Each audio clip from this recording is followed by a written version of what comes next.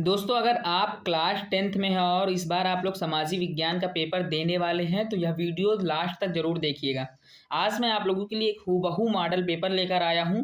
यह model paper आप लोगों की तैयारी को बेहतरीन तरीके से बनाएगा और इसमें जो क्वेश्चन है वो 101% आप लोगों को एग्जाम में देखने को मिलेंगे। तो सबसे पहले आगे शुरू करते हैं और आगे की जानकारी लेते हैं। तो आप लोगों को पता है कि आप लोगों को प्रारंभ के 15 मिनट जो है परीक्षार्थियों को प्रश्न पत्र पढ़ने के लिए निर्धारित है। ये सारी चीज़ें तो आप लोगों को वैसे भी होता है, इनको बताने का कोई ज़रूरत नहीं है। आप लोगों को सीधे क्वेश्चन खंड पे ले चल रहे हैं, ठीक है। तो क्वेश्चन शुरू करते हैं। तो यहाँ से आप लोगों के शुरू होते हैं बहुकल्पीय प्रश्न। बहुकल्पीय प्रश्न आप लोगों के एग्जाम में 20 आएंगे और इन 20 प्रश्नों को OMR शीट में लिखना है। किस में लिखना है? OMR शीट में लिखना है, ठीक है। तो OMR शीट भरने का तरीका मैंने आप लोगों को बता रखा है कैसे भरना है। तो बिना किसी चीज़ें बताते हैं, राष्ट्रवाद का प्रारंभ सर्वप्रथम किस देश में हुआ? देखो, राष्ट्रवाद का प्रारंभ जो है आप जानते हैं कि फ्रांस से हुआ। कहाँ से हुआ? फ्रांस से हुआ है।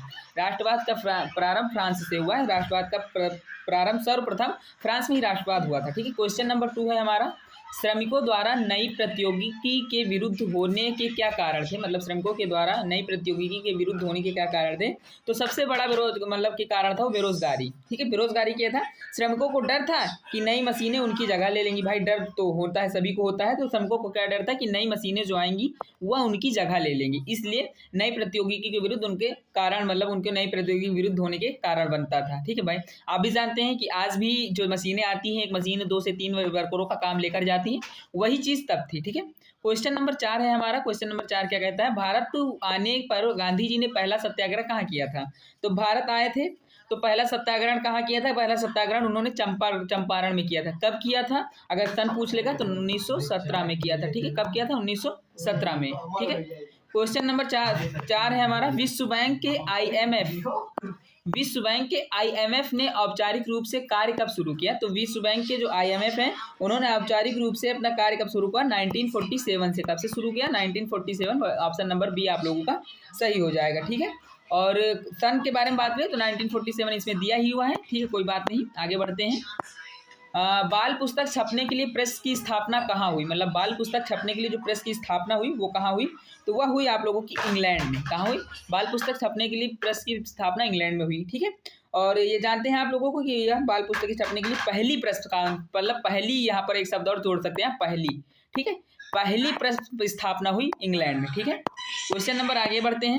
क्वेश्चन नंबर 6 क्या है हमारा? निम्न में से कौन सा उद्योग बक्साइट को कच्चे माल के रूप में प्रयोग करता है? निम्न में से कौन सा उद्योग कच्चे माल को बक्साइट के रूप में प्रयोग करता है? तो वो हो जाएगा आपका एल्यूमिनियम। क्या होगा? एल्यूमिनियम, ठीक है। बक्साइट एल्यूमिनियम का कच्चा ही माल है, मतलब एल्यूमिनियम का कच्चा माल क्या है? बक्साइट। इस तरह भी आप याद कर सकते हैं।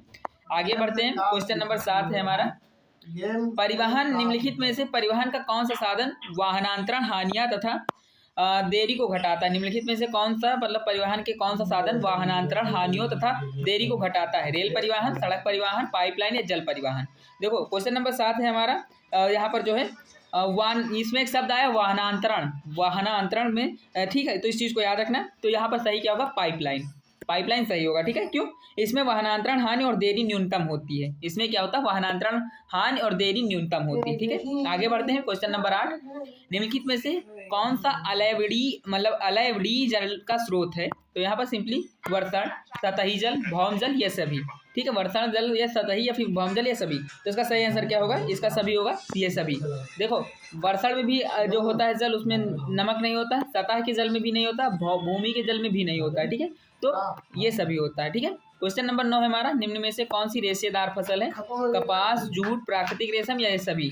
देखो, तो आप जानते हैं कि इसका सही आंसर क्या होगा? ये सभी। कपास भी आप लोगों का जूट रेशेदार है, जूट भी रेशेदार है, प्राकृतिक रेशम तो रेशा है ये है, और ये सभी फिर लास्ट का ऑप्शन ही हो जाएगा, ठीक है। आगे बढ़ते हैं। Question number 10। क्वेश्चन नंबर 10 क्या कहता है? भारत में पवन ऊर्जा का विशाल फार्म कहाँ स्थित है? तमिलनाडु, उत्तराखंड, हिमाचल प्रदेश या फिर जम्मू और कश्मीर? तो भारत का जो पवन ऊर्जा का विशाल फार्म कहाँ स्थित है? भारत का पवन ऊर्जा का विशाल फार्म तमिलनाडु में स्थित है। कहाँ पर स्थित है? तमिलनाडु में स्थित है, ठीक है। और ये जो सबसे बड़ा भी यही है, ठीक है, सबसे बड़ा यही है और विशाल भी तो है ही। ये तो चीज़ें मैंने बता ही दी थी। आगे बढ़ते हैं। क्वेश्चन नंबर 11, बेल्जियम यूरोप महाद्वीप के किस भाग में स्थित एक छोटा सा देश है? तो बेल्जियम की यूरोप महाद्वीप के किस भाग में पूछ रहा है? तो यूरोप महाद्वीप के जो किस भाग में है, इसका सही आंसर क्या होगा? इसका सही आंसर क्या होगा? पश्चिम यूरोप। क्या होगा? पश्चिम यूरोप। ठीक है, पश्चिम यूरोप। बेल्जियम यूरोप का एक छोटा पश्चिमी देश है। ठीक है। क्वेश्चन नंबर 12, संविधान में उल्लेखित 3 सूचियों में से निम्नलिखित में से कौन सा विषय समवर्ती सूची में शामिल है? शिक्षा, कृषि, पुलिस या रक्षा? तो इसका सही आंसर क्या होगा? इसका सही आंसर हो जाएगा आप लोगों का शिक्षा। ठीक है, शिक्षा आंसर इसका सही होगा। क्यों होगा? क्योंकि शिक्षा समवर्ती सूची का विषय है जिस पर केंद्र और राज्य दोनों कानून बना सकते हैं। समवर्ती सूचियों के विषय वही होंगे जिन पर केंद्र और राज्य दोनों को कानून बनाने का अधिकार है। ठीक, केंद्र व राज्य, इस चीज को याद रखना, केंद्र और राज्य दोनों ही इस पर कानून बना सकते हैं, इसलिए समवर्ती सूची में आते हैं समवर्त। ठीक, इस चीज से याद कर सकते हैं। क्वेश्चन नंबर 13 है हमारा, जाति, धर्म और लिंग आधारित किन मतभेदों से समाज को असमानता एवं विभाजन का रूप दिखाई देता है? क्या क्या पूछा है? जाति, धर्म और लिंग, 3 वर्ड यहाँ पे जोड़े। मतभेद से समाज को असमानता या समानता है, ठीक है, एवं विभाजन का रूप दिखाई देता है। तो इसका सही आंसर क्या होगा? इसका सही आंसर आप लोगों को हो जाएगा सामाजिक। ठीक है, सामाजिक। इन मतभेदों से सामाजिक विभाजन पैदा होता है। कैसा विभाजन पैदा होता है? सामाजिक। सांस्कृतिक तो होगा नहीं, समावेशी भी नहीं होगा, आर्थिक भी नहीं होगा, सामाजिक होगा। ठीक है।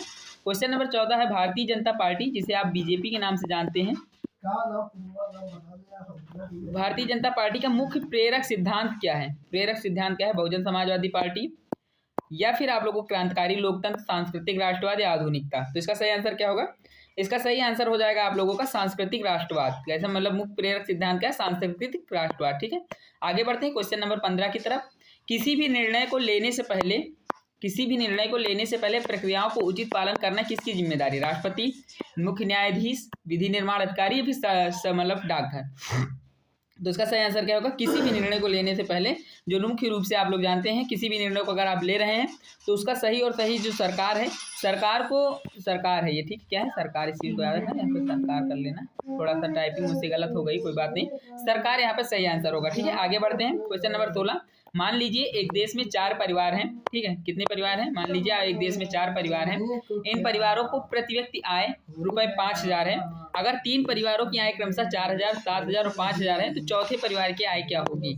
क्वेश्चन है, क्वेश्चन को अगर आप सॉल्व करेंगे तो मैं सॉल्व करके भी दिखा सकता हूँ, कोई दिक्कत नहीं। आप लोगों को थोड़ा सा वेट करना होगा, मैं सॉल्व करता हूँ। ठीक है, देखो क्या कहा है, मतलब कि परिवार की टोटल आय कितनी है, यहाँ पे कितनी दी गई है? परिवारों की कुल आय, प्रति व्यक्ति आय 5,000 है। कितनी? 5,000। ठीक, कितनी? 5,000। ठीक, परिवारों की आय क्रमशः 4,000, 7,000 और 5,000 है, तो चौथे परिवार की आय का पूछा गया है। ठीक है, अगर मैं 5,000 इंटू 4 कर दूं, कितना आएगा आप लोगों का? वो आ जाएगा 20,000। कितना आ जाएगा? 20,000। ठीक, क्यों? क्योंकि 3 परिवारों की आय दिया है, चौथे की पूछा है, तो 4 परिवार हुए टोटल, और टोटल जो प्रति व्यक्ति आय कितनी? 5,000, तो मैं 4 से गुणा कर दी तो 20,000 मेरी निकल के आई। ठीक है, अब 20,000 से हम क्या करेंगे? 20,000 से हम यहाँ पर माइनस कर देंगे। किसको माइनस कर देंगे? माइनस कर देंगे हमें 4,000, 7,000 और 5,000 को, इन सभी को जोड़कर 4,000 प्लस 7,000 प्लस आप लोगों को आ गया 5,000। ठीक, 5,000, ये सारी चीज़ों को ऐड कर देंगे तो कितना निकल के आएगा? तो जब ये सारी चीज़ें करेंगे तो आप लोगों को आंसर कितना प्राप्त होगा? वो होगा 4,000। कितना होगा? 4,000। ठीक है, 4,000। ठीक है, 4,000 आंसर। यदि विकल्प गलत है तो निकटतम तार्किक उत्तर निकाल सकते हैं, कोई दिक्कत नहीं। तो इसमें सही क्या होगा? यहाँ पर आप लोगों का 3,000 ऑप्शन सही हो जाएगा। कितना ऑप्शन सही हो जाएगा? 3,000। ठीक है, आगे बढ़ते हैं। निम्नलिखित में से कौन सा व्यक्ति असंगठित क्षेत्र के अंतर्गत आता है? असंगठित क्षेत्र के अंतर्गत कौन सा व्यक्ति आता है? तो आप लोगों का सही आंसर क्या होगा? मैं बता देता हूँ। असंगठित क्षेत्र पूछ रहा है तो इसका सही आंसर हो जाएगा आप लोगों का, वो हो जाएगा कृषि मजदूर। क्या होगा? कृषि मजदूर। ठीक है, कृषि मजदूर क्यों होगा? क्योंकि कृषि मजदूर या संगठित क्षेत्र में आते हैं जहाँ नियम और शर्तें नहीं चलती। क्या नहीं चलती? नियम और शर्तें नहीं चलती। भाई इनके पास कोई नियम नहीं, आज इन्होंने पानी लगाया है, 2 दिन बाद फिर पानी लगा देंगे, 3 दिन बाद फिर लगाएंगे, 4 दिन बाद फिर, मतलब ये नियम से परे होते हैं, ये अपना कार्य खुद स्वयं करते हैं। ठीक, इस प्रकार समझ सकते हैं। सरकारी समितियों के सदस्य को ऋण प्राप्ति किसके द्वारा होती है? जो सरकारी समिति होती हैं उनके सदस्य को ऋण प्राप्ति कितनी होती थी? आप भी जानते हैं आजकल ईएमआई सिस्टम एक चला है, तो ईएमआई जो है किसके द्वारा प्राप्त होती है? ईएमआई। ठीक है, ये चीज़ें जानकारी अच्छी है। और इसका जो सही आंसर होगा, इसमें एक वर्ड आया है कोऑपरेटिव। कोऑपरेटिव इसका सही आंसर। ठीक, सहकारी समितियों को कोऑपरेटिव बैंक, सोसाइटी से भी ऋण मिल जाता है। आपने सुना होगा कि सोसाइटी से ऋण ले लिया है 1 लाख 2 लाख, तो सोसाइटी क्या होती है? इन्हीं का एक वर्ग होता है, उसी वर्ग से इन्हें प्राप्त होता है। ठीक, उसमें जमा भी होता है हर साल उनका पैसा, इसीलिए उनको मिलता भी है। 19 क्वेश्चन नंबर है, अमेरिका की किस कंपनी ने भारत से परख फूड्स को अधिग्रहण किया है? तो अमेरिका की किस कंपनी ने भारत को परख फूड को अधिग्रहण किया है? तो इसका सही आंसर क्या होगा? कारगिल फूड। कौन सा फूड? कारगिल फूड। ठीक, कारगिल फूड ने किया है। क्वेश्चन नंबर 20 है हमारा, हॉलमार्क निम्न में से किन पर चिन्हित होता है? तो हॉलमार्क के निम्न में से किस पर चिन्हित होता है? जेवर पर, बिजली के तार पर, सोने के आभूषण पर या हीटर पर? तो इसका सही क्या होगा? सोने के आभूषण पर। हॉलमार्क आपने सुना 24 कैरेट सोना आपने सुना होगा, ठीक है, 24 कैरेट, 23 कैरेट, 22 कैरेट ऐसे होते हैं, कैरेट से इनकी तुलना की जाती है। 24 कैरेट सोना सबसे शुद्ध माना जाता है। तो यहाँ पर आप लोगों के 20 वैकल्पिक क्वेश्चन समाप्त होते हैं, ठीक है। आप लोगों को सारे क्वेश्चन समझ में आए होंगे। अब बढ़ते हैं यहाँ पर आगे की तरफ और यहाँ से आपके वर्णनात्मक प्रश्न शुरू होते हैं। कैसे प्रश्न शुरू होते हैं? वर्णनात्मक, ठीक है। तो बढ़ते हैं और चीज़ें देखते हैं। बेटन वुड्स समझौते का क्या अर्थ है? तो बेटन वुड्स समझौता हुआ था, ये क्यों हुआ था? देखो मैं सिंपली आप लोगों को बता देता हूँ कब हुआ था। 1944 में हुआ था। कब हुआ था ये? 1944 में हुआ था, ठीक है। 1944 में ये ब्रिटेन वुड्स समझौता हुआ था। अगर मैं सिंपली यहाँ पर बोल के सुनाऊं तो द्वितीय विश्व युद्ध के अनुसार, कब? जब सेकंड वर्ल्ड वार हुआ था। सेकंड वर्ल्ड वार के अनुसार, सेकंड वर्ल्ड वार के समय पर हुआ था युद्ध। वैश्विक आर्थिक स्थिरता सुनिश्चित करने के लिए 1944 में अमेरिका के न्यू हैम्पशायर में ब्रिटेन वुड्स सम्मेलन हुआ। इसके अंतर्गत IMF मतलब इंटरनेशनल मनी कोष हो जाएगा यहाँ पर, विश्व बैंक, वर्ल्ड बैंक, WB आप लोगों का आया था, की स्थापना हुई। इसे ब्रिटेन वुड्स ट्विंस भी कहा जाता है, ठीक है। इस तरह आप लोग याद कर सकते हैं। यहाँ पर अथवा करके एक और क्वेश्चन दिया गया है, तो इसका भी मैं आंसर आप लोगों को PDF में ऐड करके दे दूंगा। राष्ट्रीय उद्यान किसे कहते हैं? राष्ट्रीय उद्यान किसे कहते हैं मैं सिंपली बताऊं आप लोगों को। तो राष्ट्रीय उद्यान वे होते हैं जो आरक्षित क्षेत्र जहाँ पर वन्य जीवों को रखा जाता है। आपने कंचनरंगा मतलब कि बहुत से ऐसे गिरी वन सुने होंगे, ये राष्ट्रीय उद्यान होते हैं। वनतारा एक प्राइवेट राष्ट्रीय उद्यान है, वनतारा भी इसी में आता है, ठीक है। ये सारी चीज़ें हैं। 2 राष्ट्रीय उद्यान होते हैं जहाँ पर उनको खरीदा जाए, मतलब सरकार रखती है अपने अंदर, उसमें जैसे लकड़ी काटना, शिकार पर प्रतिबंध होता है। ये सारी चीज़ें पर उनके लिए क्या रखे जाते हैं? फॉरेस्ट मिनिस्टर रखे जाते हैं, फॉरेस्ट के वर्कर रखे जाते हैं, सारी चीज़ें रखी जाती है, ठीक है। आगे बढ़ते हैं। संघवाद क्या है? तो संघवाद क्या है आप जानते हैं? सरकार 2 या 2 से अधिक की स्तर होती है। संघवाद में सरकार 2 या अधिक स्तर की होती है, ठीक है। 2 या अधिक स्तर की होती है। एक तो ये इसका होगा। दूसरा क्या है? दूसरा है इसका प्रत्येक स्तर पर अपना अधिकार क्षेत्र होता है। जैसे राज्य में राज्य का शासन चलेगा, केंद्र में केंद्र का शासन चलेगा, ठीक है। 2 स्तर की सरकारें होती हैं। संविधान की मौलिक व्याख्या अकेले एक स्तर की सरकार नहीं कर सकती। अगर राज्य चाहे तो सरकार मतलब राज्य चाहे तो केंद्र से अलग नहीं हो सकता, और केंद्र चाहे तो राज्य से अलग नहीं हो सकता, ठीक है। दोनों ही आपस में जुड़े हुए हैं, यही संविधान की मूल परिभाषा है, ठीक है। दोनों को आपस में समान रखा गया है, यही संघवाद है। इसकी प्रमुख विशेषताएं मैंने बता दी, ठीक है। संघवाद सरकार का वह रूप है, अगर मैं सिंपली लिखूं यहाँ पर तो मैं लिख देता हूँ, ठीक है, कोई दिक्कत नहीं है मुझे लिखने में। संघवाद क्या है? संघवाद सरकार का वह रूप है, संघवाद सरकार का वह रूप है, आप लोग देखना, सरकार का वह रूप है जिसमें शक्ति का विभाजन केंद्र और देश की विभिन्न प्रांतीय इकाइयों के बीच होता है। जिसमें शक्ति का विभाजन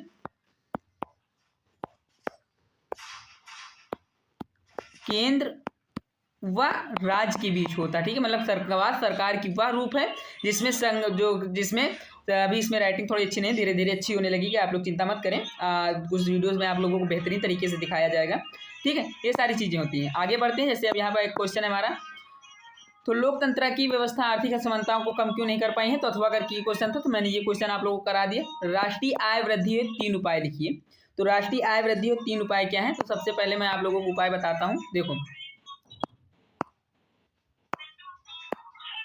नंबर 1 उपाय क्या होगा हमारा? नंबर 1 हो जाएगा हमारा कृषि और औद्योगिक उपाय, मतलब कृषि क्षेत्र में उन्नत करना, कृषि क्षेत्र में क्या करना? बढ़ोतरी करना या फिर उसकी सुधार करना, बढ़ोतरी करना, इससे आप लोग कर सकते हैं, मतलब राष्ट्रीय आय वृद्धि हो जाएगी।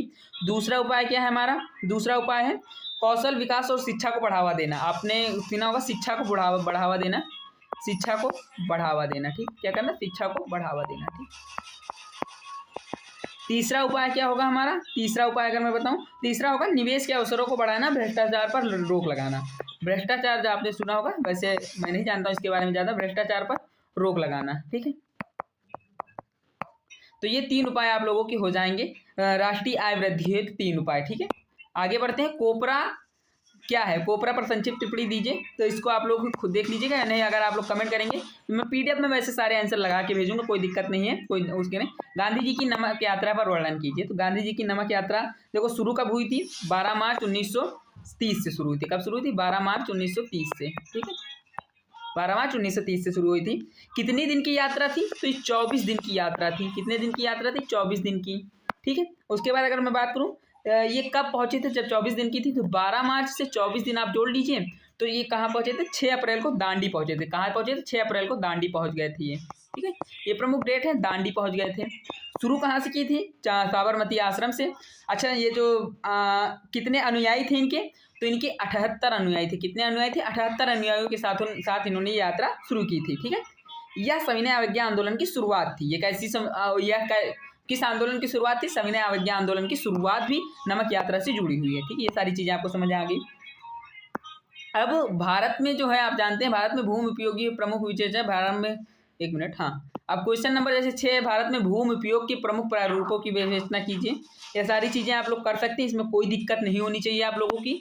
आसानी से आप भूमि उपयोग की प्रमुख प्रारूप, जैसे जलोढ़ मिट्टी होती है, ये सारी चीजें किसमें क्या होती है, ठीक है। भारत की मुख्य फसलों पर एक टिप्पणी दीजिए। मुख्य फसलें क्या है, हमारी गेहूँ है, गेहूँ है, कहीं कहीं गन्ना है, और चावल मतलब कि धान है। धान के साथ साथ 2-4 फसलें जो आपकी क्षेत्रीय फसलें होंगी उनको ऐड कर लीजिएगा, उसके बारे में लिख दीजिएगा, ठीक है।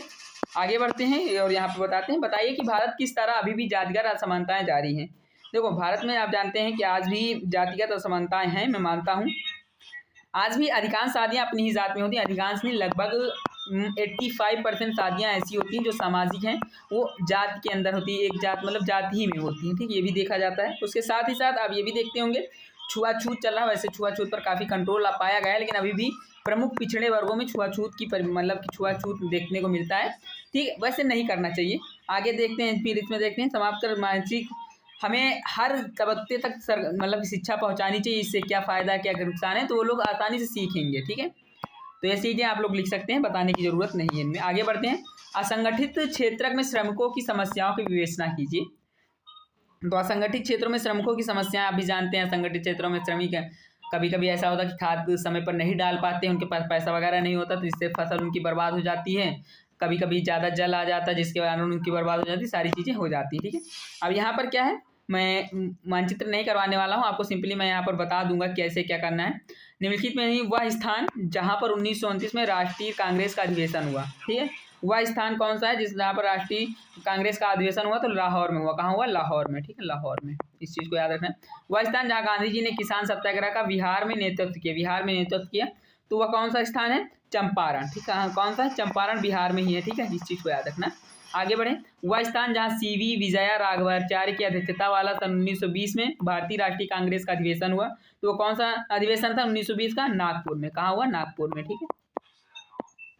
आगे बढ़े, वह स्थान जहां नमक हाथ में लेकर नमक विरोधी कानून को भंग किया गया था, तो कौन सा था, दांडी, ठीक है। दांडी नमक भी आजकल बहुत फेमस है, आप सुने होंगे। वह स्थान जहां दांडी मार्च शुरू हुआ, तो अहमदाबाद, साबरमती आश्रम अहमदाबाद से शुरू हुआ था, ठीक है। ये सारी चीज़ें हैं। अब यहाँ पर थोड़ा सा और ऊपर बढ़ें तो आप लोगों को यहाँ पर निर्देश, उत्तरी मानचित्र है वगैरह है, सारी चीज़ें हैं, ठीक है। ये सारी चीज़ें आप लोग देख सकते हैं, कोई दिक्कत नहीं। तो पूरा पेपर में लगभग मैंने आप लोगों को सॉल्व करा दिया है, सारी चीज़ें मैंने आपको बता दी हैं, ठीक है। अच्छे से समझाने का प्रयास किया। अगर फिर भी नहीं समझ में आ रहा है आप लोगों को चीज़ें, तो आप कमेंट करिए, मैं आप लोगों को वहाँ पर जवाब दे दूँगा, ठीक है। आशा करता हूँ, उम्मीद करता हूँ कि आप लोगों की क्लासेस लगातार आप लोगों को पढ़ाई जा रही हैं, आप लोगों को समझ में आ रही। मिलता हूँ किसी और क्वेश्चन पेपर के साथ, सॉल्वेशन के साथ फुल। तब तक के लिए धन्यवाद। और हाँ, चैनल पर पहली बार विजिट किए हैं तो चैनल को सब्सक्राइब जरूर करें। जैसे ही हमारे 1000 सब्सक्राइबर होंगे, आप लोगों के लिए क्लासेस की संख्या बढ़ा दी जाएगी, ठीक है। अभी आप लोगों को डेली 1 क्लास, कभी 2 क्लास मिल रही है। बहुत ही जल्द मैं पर सब्जेक्ट की अभी कुछ लोगों से बात हो रही, जैसे वो मेरे साथ जुड़ेंगे आप लोगों को डेली क्लासेस मिलने लगेंगी, ठीक है। मिलता हूँ किसी और वीडियो में, तब तक के लिए धन्यवाद।